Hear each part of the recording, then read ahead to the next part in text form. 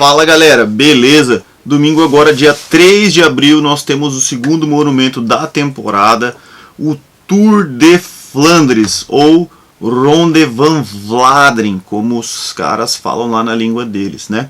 Bom, vamos falar um pouquinho a respeito de Flandres. A Bélgica é um país que é dividido basicamente em duas partes, duas regiões. A parte norte, que é Flandres, e a parte sul, que é a Valônia. Então essa história do Tour de Flandres começou lá na primeira prova que aconteceu foi, nós estamos na 106ª edição, então a primeira prova foi em 1913.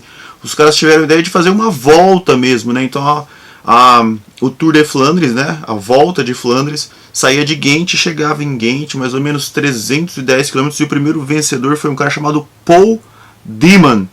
Então, pouquinho da história do Tour de Flandres. A prova é hoje bem diferente, né? Continua sendo uma prova longa, mas é uma prova bem diferente do que era na época, e ela mantém as suas características de ser uma prova muito dura por causa das condições de vento, de clima, e também pelos Hellingens. Os Hellingens são as subidas que nós temos nessa região, são subidinhas curtas e duras, e quase todas elas têm no final do nome o Berg, né?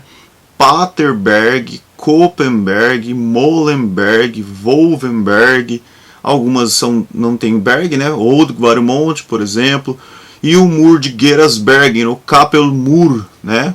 Que esse ano não vai ter na prova. Então, é uma prova que é tradicionalíssima na Bélgica, né? Nós temos as duas grandes provas na Bélgica. Em Flandres a gente tem a Volta de Flandres, e na Valônia a gente tem a Liège-Bastogne-Liège. Quem são os caras que venceram mais vezes essas provas aí, né? Então a gente tem o belga Aquiel Buys, que venceu 3 vezes, 1940, 41 e 43. O italiano Fiorenzo Magni, que é o cara que venceu 3 vezes seguidas, 49, 50 e 51. Outro belga, Eric Lehmann, 70, 72 e 73. Johan Musso, o Leão de Flandres. Esse cara, até hoje, ele é o embaixador de Flandres, né? Venceu 3 vezes, 93, 95 e 98. Tom Boonen, Tornado Toom, 2005, 2006 e 2012. Eu acompanhei todas as vitórias do Tom Boonen em Flandres. E o suíço Fabian Cancellara, o Spartacus, que venceu 2010, 2013 e 2014. Até arrepia de lembrar a primeira vitória dele em 2010. O Tour de Flandres não terminava onde ele termina hoje. O Tour de Flandres ele teve vários percursos, e antigamente ele terminava igual, eu já falei isso aqui no vídeo da Omloop Red Nieuwsblad, que o Wout van Aert ganhou esse ano. O final era igual aquilo lá, é claro que era mais longo, mas subia o Kapelmur, o Mur de Gerasbergen, aí descia, subia o Bosberg e terminava no plano. Então esse era o fim em 2010. A partir de 2012 passou para o circuito que nós temos hoje. Na verdade, tem pequenas alterações. Tem um amigo meu que está lá em Flandres e estava conversando com ele isso, e ele falou, não, teve uma alteração no circuito. Sempre tem algumas alterações. Então o circuito esse ano a prova larga de Antuérpia, e os primeiros 100 km é basicamente plano, tem poucas subidas, e a gente tem no quilômetro 100 a gente tem 2 setores, mas não são subidas, são setores de pavê, mas não são iguais aos setores da Paris-Roubaix.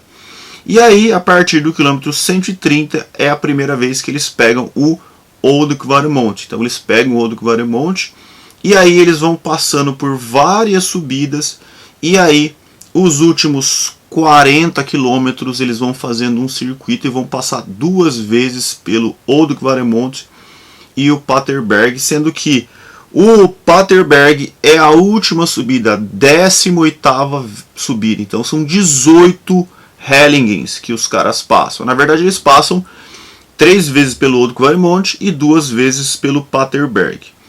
Uma dessas subidas, as mais famosas, são o Koppenberg, porque ela é muito inclinada. Inclusive, quando ela entrou na prova nos anos 70, foi uma briga, porque os caras falaram que era tão difícil, que nem os próprios profissionais conseguiam subir pedalando.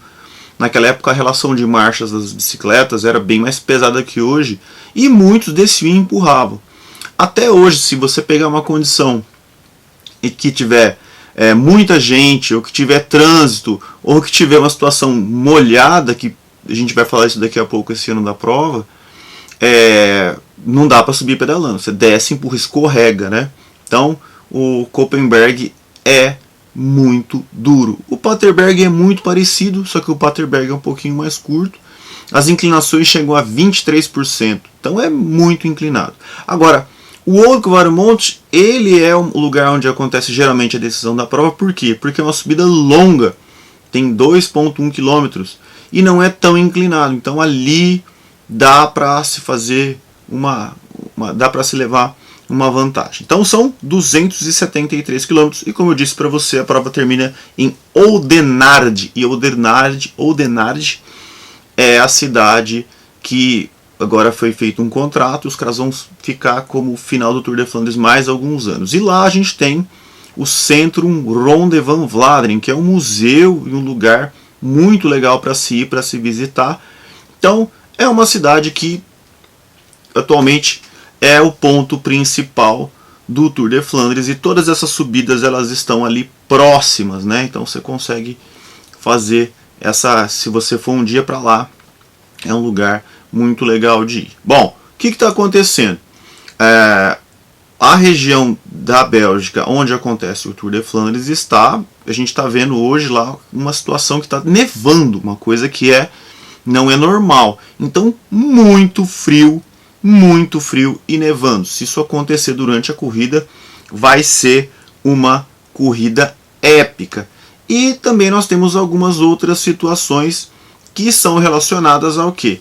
Aos caras que são os favoritos para a prova. O grande favorito, o maior favorito de todos, que estava se mostrando de uma forma incrível, ganhou o E3 Harelbeke, ganhou o Luke Nisblad, na Gent-Wevelgem chegou no topo do Camelberg sozinho e foi pego depois no plano por um pelotão gigante. O Wout van Aert, ele é dúvida. Talvez na hora que vocês estejam assistindo esse vídeo já está definido se ele vai correr ou não vai correr. Mas até agora ele é dúvida se ele vai correr ou não.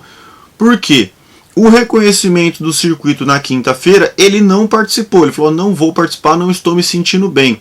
Então e a própria Jumbo-Visma falou que não sabe se ele vai participar ou não da prova.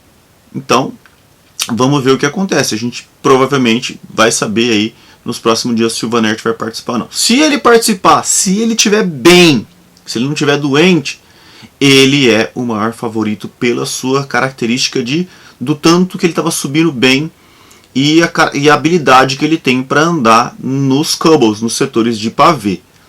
Outro cara que é o grande favorito também, que voltando agora aos pedais, já ganhou 2 provas, ganhou através de Flandres, né, que é a prova que aconteceu essa semana, do Arsdorf-Vlaanderen, é o Mathieu van der Poel.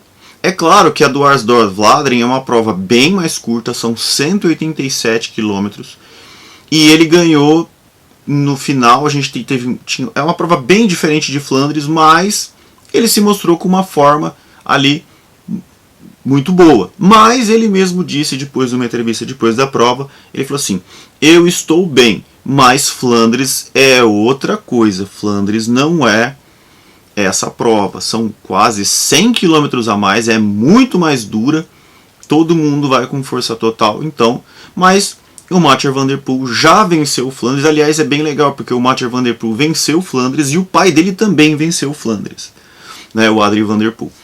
Mais um cara que é favorito, né, que a gente pode falar que é um dos favoritos, é o vencedor do ano passado, que é o Kasper Asgreen, que venceu em cima do Mathieu van der Poel naquele sprint surpreendente. Todo mundo apostava que o Mathieu van der Poel ia ganhar o sprint dele, e ele ganhou. Então, esse cara também da Quick-Step Alpha Vinyl é um dos favoritos. Outro cara que a gente pode também colocar como favorito, que andou muito bem na do Arsdorf-Vlaanderen, é o Thomas Pidcock. O Thomas Pidcock, que veio assim só para completar Milan-San Remo, parece que as pernas dele voltaram ao patamar dele de verdade, né? Parece que ele está muito bem. Ele é um cara mais leve, não é uma característica, mas ele é um cara que anda muito bem nas provas clássicas. A gente já viu ele ganhando prova clássica na Bélgica aí o ano passado. Então, mais um favorito, o Thomas Pidcock. Outro cara que todo mundo está falando, vai correr o Tour de Flandres. Não sei, pode ser que ele ganhe, porque ele é o cara, é o Tadej Pogacar. Tadej Pogacar andou muito bem na do Ardós Vlaanderen. Ele errou, teve um erro de timing, né? Então, se ele consegue sair naquela pequena fuga lá que definiu a prova, talvez ele pudesse ali estar entre os primeiros ou até mesmo ganhar a prova. Então, é diferente você correr numa prova como uma clássica dessa, ou de que você correr numa clássica como a Strade Bianche. Na Strade Bianche as subidas são muito duras, ele sobe muito forte, então foi o timing. Depois ele ficou perseguindo muito tempo, gastou, fez muita força e não conseguiu pegar, e na hora que ele... aí já não tinha mais. Então, se eles conseguir, né, chegar no lugar certo, na hora certa, com os primeiros colocados, ele é um cara que pode ir muito bem e tá ali para na hora de definir fazer alguma coisa. Outros caras que podem ir bem e participar, que vão participar da prova, são os dois da Trek Segafredo, o Jasper Stuyven e o Mads Pedersen. E a gente tem muita gente ali, todo mundo querendo ganhar a Flandres. É um monumento, é uma prova importantíssima. Quem são os caras que não vão participar? Que a gente fica assim, pô, esses caras aí... o Peter Sagan não está se sentindo bem, não vai participar da prova, né? Outro que era um cara que poderia ir muito bem, que sofreu um acidente, quebrou a clavícula, foi o Alexei Lutsenko, da Astana. O Stefan Bissegger também, que é um cara que é muito bom de contrarrelógio, tem uma característica de correr muito bem essas provas.